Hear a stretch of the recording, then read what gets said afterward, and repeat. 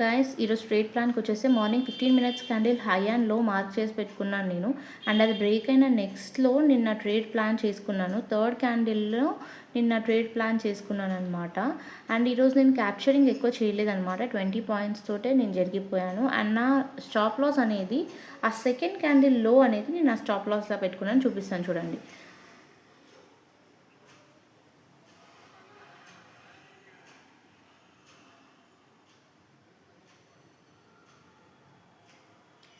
Next ఏమైందంటే నాకు ఎక్కడ కూడా ఆపర్చునిటీస్ కనిపించలేవు.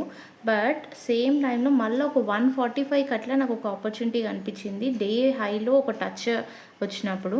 అది కూడా నేను ఏం చేశాను, సెకండ్ క్యాండిల్ అయిపోయాక థర్డ్ క్యాండిల్లో తీసుకున్నాను. థ్యాంక్ గాడ్ ఏంటంటే విక్లో కాకుండా నేను ప్రాఫిట్లోనే తీసేసుకున్నాను అనమాట. దీంట్లో కూడా నేను 20 పాయింట్స్ బుక్ చేసుకున్నాను. నా స్టాప్ లాస్ కూడా నేను సెకండ్ క్యాండిల్ లో కిందకి పెట్టుకున్నాను. అండ్ ప్రతిసారి ఇలా వస్తుందని లేదు, మనం కొన్నిసార్లు జాగ్రత్తగా ఉండాలి. ఈసారి విక్ నాకు ప్రాఫిట్ ఇచ్చింది కానీ నెక్స్ట్ టైం ఇవ్వాలని రూల్ లేదు. సో డైలీ అనాలిసిస్ చేయండి.